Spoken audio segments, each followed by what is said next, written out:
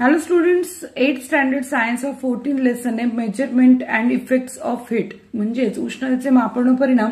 हे धड्याचे hard words आपण इथे बघणार आहोत। ज्या विद्यार्थ्यांना धडा समजून घ्यायला अडचण होते त्यांच्यासाठी नक्की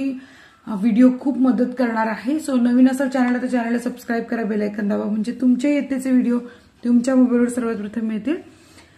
माझं नाव आहे सपना आणि पुणे जिल्ह्यातून आहे। So let's start this video. Sources म्हणजे स्रोत, ट्रान्सफर्ड म्हणजे स्थानांतरित, प्रिव्हियस म्हणजे मागील, मॅटर वस्तू, टेम्परेचर तापमान, जनरेटेड निर्माण होणे, न्यूक्लिअर फ्युजन म्हणजे केंद्रकीय एकीकरण,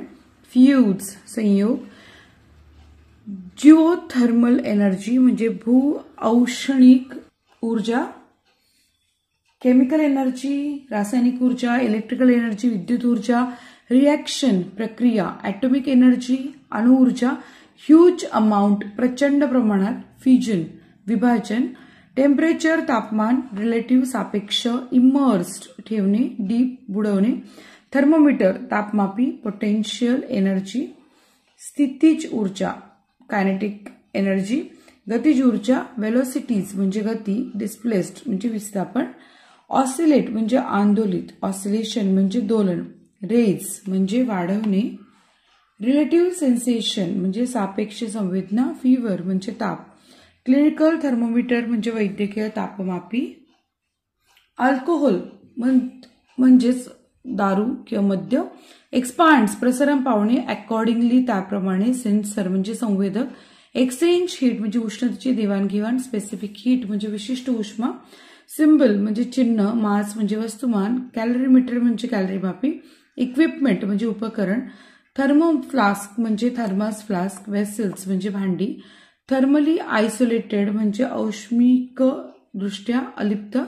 स्टिरर म्हणजे द्रव ढवळण्याची कांडी, सोक्ड म्हणजे बुडवलेल्या, एक्सपान्शन ऑफ सॉलिड म्हणजे स्थायूचे प्रसारण, लिनियर एक्सपान्शन म्हणजे एकरेषीय प्रसारण, कोएफिशियंट ऑफ लिनियर म्हणजे एकरेषीय प्रसारांक, एरियल एक्सपान्शन ऑफ सॉलिड्स याचा अर्थ आहे प्रतलीय स्थायूंचे प्रसारण, कोएफिशियंट ऑफ एरियल एक्सपान्शन प्रतलीय प्रसरणांक, व्हॉल्यूमेट्रिक एक्सपान्शन ऑफ सॉलिड्स म्हणजे स्थायूंचे घनीय प्रसारण, volumetric expansion coefficient of solids म्हणजे पदार्थांच्या घनीय प्रसरणांक, एक्सपान्शन ऑफ लिक्विड याचा द्रवाचे प्रसरण, एनॉर्मल्स बिहेवियर ऑफ वॉटर म्हणजे पाण्याचे असंगत आचरण, आणि प्रेशर म्हणजे दाब। सो इथेच आपण हे शब्द बघितले। याच्यातनं नक्कीच तुम्हाला लेसन रीड करण्यासाठी याचं प्रोनाउन्सिएशन कळालं असणार आहे, अर्थही समजले असणार आहेत। सो व्हिडिओ जर फ्रुटफुल असेल, उपयोगी असेल, आवडला असेल तर नक्की लाईक करा आणि कमेंट करून सांगा तुम्हाला नेक्स्ट व्हिडिओ कोणता पाहिजे।